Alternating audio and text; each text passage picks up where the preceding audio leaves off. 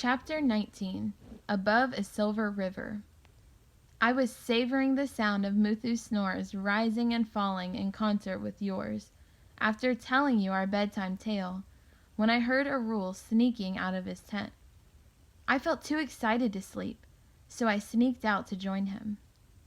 Arul was sitting by a break in the bridge wall, watching the river. "Looks like silver, doesn't it? You could make up a story about a silver river." "You could make up stories too, you know." I sat next to him. "I'm no good at telling stories. My brother was, but not as good as you."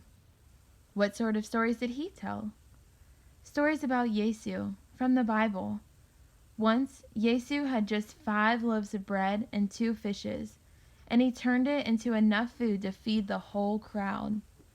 "Too bad Yesu isn't here now," I said. "That's a useful trick." "It was a miracle, not a trick." Arul's eyes shone, bright as the moonlit river.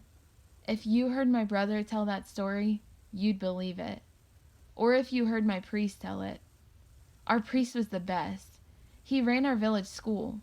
He taught us everything, math and reading and writing, as well as songs and prayers." "Sounds like my favorite teacher," I said. "My whole family loved him. We all love music too. My brother and sister and mother sang really well. My dad just sang really loud and happy, though always out of tune." Arul laughed. "But my dad was the best fisherman in our village. He'd bring home 10 times as much as other fishermen. He used to call the ocean Kidalama, Ocean Mother." "That's a nice name," I said. "Yes, too nice. What actually happened was that the Ocean Mother took my real mother away, and my sister and my brother and my father. One day the sea receded so far that fish were hopping on the ground. Everyone else ran in laughing to gather up the fish. Only I hung back. I was scared, seeing the ocean act so strangely. And then it rose and came at us like a monstrous cobra, swallowing everything in sight, and I ran." I could hardly take in what he was telling me, about how everyone he loved had disappeared into one terrible moment.